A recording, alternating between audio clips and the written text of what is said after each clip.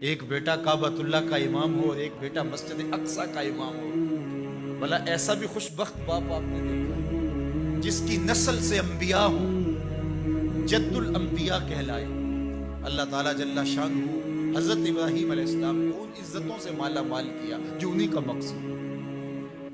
جس ماحول میں آنکھ کھولتے ہیں وہ کفر کا اور شرک کا ماحول تھا. فطرت سلیمہ اس کو گوارا نہ کر پائی. قرآن مجید نے اس کہانی کو کتنی خوبصورتی کے ساتھ بیان فرمایا. ارشاد کیا وَلَقَدْ آتَيْنَا إِبْرَاهِيمَ رُشْدَهُ مِنْ قَبْلُ.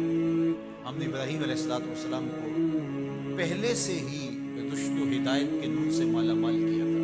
اللہ تعالیٰ جل شانہ نے ان سے ایک بڑا کام لینا تھا تو ان کی فطرت اور ان کی طبع کے اندر وہ چیز رکھی کہ جو کبھی بھی اس چیز کو قبول نہیں کر سکتی تھی. خیر جب بڑے ہوئے اور دیکھا کہ بت پرستی کا دورہ ہے تو آپ نے کہا کہ یہ کیا ہے بت جن کو تم پوجتے ہو.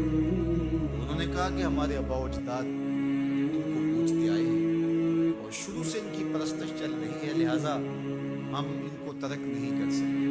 ان کے ذہن کے اندر یہ چیز اچھی طرح سے جم چکی تھی کہ یہ بت ہی ہمارے کارساز ہیں، ہماری ضرورتوں کے کفیل ہیں اور ہمارے معبود ہیں اور ان کی توہین کبھی سوچا بھی نہیں جا سکتا. اب اس کا حل کیا نکالا ذرا دیکھیے. قرآن بتاتا ہے، بولے وَتَاللَّهِ لَأَكِيدَنَّ أَصْنَامَكُمْ بَعْدَ أَن تُوَلُّوا مُدْبِرِينَ. میں تمہارے بتوں کے ساتھ نپٹ لوں گا، تم ذرا میلے سے ہو. وہ ایک میلہ کرتے تھے شہر سے باہر نکل کے جہاں سارا شہر جمع ہوتا تھا اور وہاں کھیل کود کرتے اور 2-3 دن وہاں گزارتے تو واپس آ جاتے. جانے سے پہلے وہ بتوں کے سامنے انواع اقسام کے کھانے رکھتے اور جب واپس آتے تو سب سے پہلے بت خانوں میں ہی آتے، بتوں کو سلامی پیش کرتے پھر اپنے گھروں. تو اکیلے شہر میں رہ گئے، باقی سارے لوگ حتیٰ کہ ان کے پجاری پروہر سب میلے میں چلے گئے. اب حضرت ابراہیم علیہ السلام نے کلہاڑا پکڑا اور ان کے مرکزی بت خانے میں داخل ہوئے. قرآن بتاتا ہے فَجَعَلَهُمْ جُزَازًا، اور وہاں داخل ہو کر کے ان کو بتوں کو توڑ دیا. کسی کی گردن کاٹ دی، کسی کے کان توڑ دیے، کسی کے بازو کاٹ دیے، کسی کی ٹانگیں توڑ دی. الا کبیر اللہ، لیکن جو بڑا بت تھا اس کو کچھ نہیں کہا.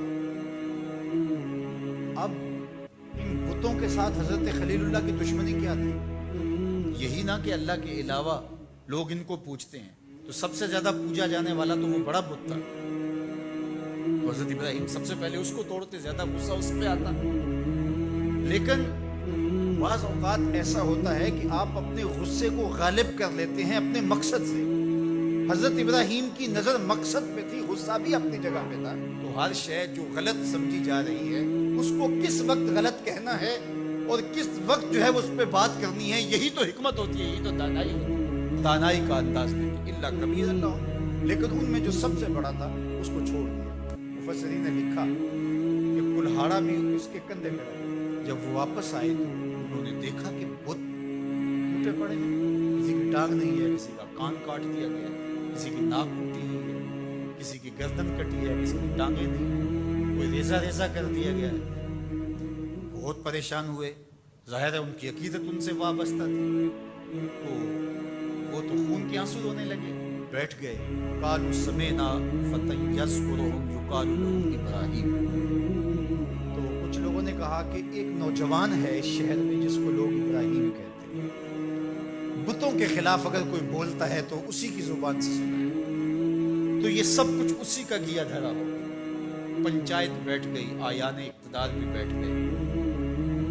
کہا بلاؤ اسے، لوگوں کے سامنے لاؤ اس کو، لعلہم یشہدون، تاکہ لوگ گواہی دیں کہ واقعی یہ بتوں کی برائی بولتا ہے تو اس پر فرد جرم عائد کر دی جائے. اب حضرت ابراہیم کو پیغام جاتا ہے کہ تمہیں پنچایت میں بلایا جائے. پورے شہر میں ایک ہی اللہ کا پرستار. ابراہیم علیہ السلام اب آتے ہی ہیں تو ان کو دیکھتے ہی وہ جھٹ بول پڑے، اَأَنْتَ فَعَلْتَ هَذَا بِآلِهَتِنَا یا ابراہیم، اے ابراہیم ہمارے ان خداؤں کے ساتھ یہ سلوک تم نے کیا ہے. ایک دم سب نے جو ہے وہ آوازیں لگانا شروع کر دی. ابراہیم علیہ السلام نے دو ٹوک واضح اور مناسب حال جو ان کے اوپر کلہاڑے کے وار سے بھی زیادہ کاری ہو جواب دیا. قال بل فعلہ،